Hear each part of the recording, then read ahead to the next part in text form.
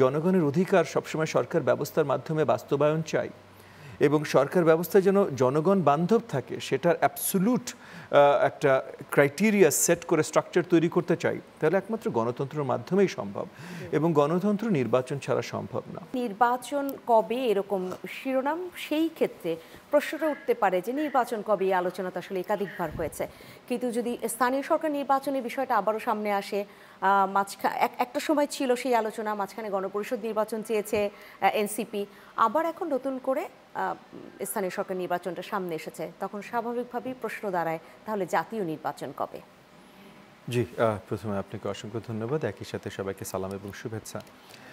নির্বাচন নিয়ে যেহেতু আলোচনাটা শুরু করলেন, যদিও আপনি নিজেও সুন্দরভাবে এই কথাটা বলেছেন, রিইটারেট করেছেন যে নির্বাচন নিয়ে আমরা অনেকদিন ধরে কথা বলছি এবং সবচেয়ে দুঃখজনক জায়গাটা এখানেই যে একটা জিনিস নিয়ে আমরা অনেকদিন ধরে শুধু কথা বলছি না, কথা বলারও কারণ আছে, কারণ সবচেয়ে গুরুত্বপূর্ণ বিষয় এটা। আজকেও আমি ছোট্ট একটা অ্যানেকডোট শেয়ার করি। আমি যেহেতু বিশ্ববিদ্যালয়ের শিক্ষক, তো মাঝে মধ্যে আমি আমার ছাত্র, আর আমি ইতিহাস পড়াই, রাষ্ট্রবিজ্ঞান, অনেক কিছু পড়াই, তো অনেক ধরনের ছাত্রীদের কাছ থেকে অনেক ধরনের প্রশ্ন পাই। আজকে আমার একদল ছাত্রছাত্রী একসাথে আমাকে জিজ্ঞেস করছিলেন যে নির্বাচন কেন প্রয়োজন, নির্বাচন কেন প্রয়োজন। তারা প্রশ্নটা কিছু দূর এভাবেই এনেছিলেন যে আমি শুধু নির্বাচনের কথা বলি, কিন্তু তারা হয়তো আমাকে অনেক শ্রদ্ধা করে, পছন্দ করে শিক্ষক হিসাবে, কিন্তু তারা নিজেরা হয়তো ঠিকভাবে বিশ্বাস করে না যে নির্বাচন খুব তাড়াতাড়ি প্রয়োজন। সো তাদেরকে তখন আমি জিজ্ঞেস করলাম যে তুমি দেশে কী ধরনের আপনার কোন ধরনের সরকার ব্যবস্থা চাও? গণতান্ত্রিক সরকার ব্যবস্থা চাই। তাহলে গণতান্ত্রিক সরকার শুধু ব্যবস্থা চাও নাকি ভালো গণতন্ত্র চাও? না না, খুব ভালো গণতন্ত্র চাই। খুব ভালো গণতন্ত্র ছাড়া অন্য কিছু চাও না? অন্য কিচ্ছু চাই না, সবগুলো একসাথে যারা প্রশ্ন করছে সবাই খুব ভালো গণতন্ত্র চাই। আমি বললাম আচ্ছা, আমি তোমাদের সাথে একটু অ্যাড করি, আমি শুধু ভালো গণতন্ত্র চাই না, আমি ভালো জবাবদিহিতামূলক গণতন্ত্র চাই। কিন্তু ভালো জবাবদিহিতামূলক গণতন্ত্র তৈরি করতে হলে প্রথম যেটা দরকার সেটা হলো গণতন্ত্র ইটসেলফ। তোমার আগে আসবে গণতন্ত্র, তারপর এই গণতন্ত্রটার উপরে তুমি কাজ করে এটাকে ভালো জবাবদিহি বানাবে।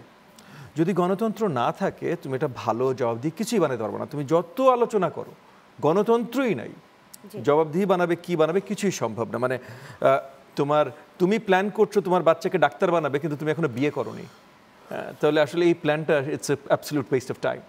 তো কিছু দূর এই ধরনের আর কি, যে যদি আমরা সরকার ব্যবস্থা এক ধরনের চাই, জনগণের অধিকার সবসময় সরকার ব্যবস্থার মাধ্যমে বাস্তবায়ন চাই এবং সরকার ব্যবস্থা যেন জনগণ বান্ধব থাকে সেটার অ্যাবসোলুট একটা ক্রাইটেরিয়া সেট করে স্ট্রাকচার তৈরি করতে চাই, তাহলে একমাত্র গণতন্ত্রের মাধ্যমেই সম্ভব এবং গণতন্ত্র নির্বাচন ছাড়া সম্ভব না। সো সেই কারণে নির্বাচন সবচেয়ে গুরুত্বপূর্ণ। আমরা অনেক কিছু চিন্তা করতে পারি, যেমন আরেকভাবে তাদের আমরা ছাত্রদের সাথে এই কথা বলেছি, আরেকভাবে আমরা যদি চিন্তা করি যে একদিকে আওয়াজ আসছে যে অন্তর্বর্তীকালীন সরকার তো খারাপ চালাচ্ছে না, মন্দ চালাচ্ছে না, তো মন্দ যদি না চালায় তাহলে তারাই চালাক, গণতন্ত্র কী দরকার, এরকম অনেক আওয়াজ তুলছে, বুঝে তুলছে না বুঝে তুলছে সেটা পয়েন্ট না, সে মন্দ যেহেতু চলছে না।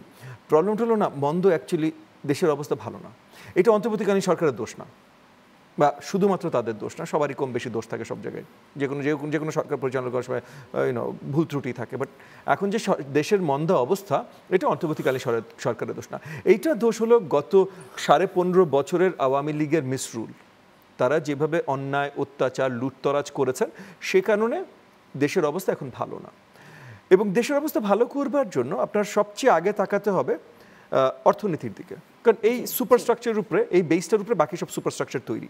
তো এই অর্থনীতির বেসটা একটা জিনিস আমাদের মানাটা অত্যন্ত গুরুত্বপূর্ণ, যে শেখ হাসিনার সরকার স্বৈরশাসক হয়েছে অনেক বছর ধরে, পতন হয়েছে 2024-এ। আমরা অনেক কিছু বলতে পারি, আমরা সবাই দাঁড়িয়ে গেছি এই সেই, কিন্তু দাঁড়িয়ে গেছি কেন? এটার পিছিয়ে কারণ কি ছিল? সবচেয়ে বড় এবং অন্যতম কারণ ছিল যে অর্থনৈতিক যে দুরবস্থায় দেশ 24-এ যে দাঁড়িয়েছিল, এর আগে সেই দুরবস্থায় ছিল না।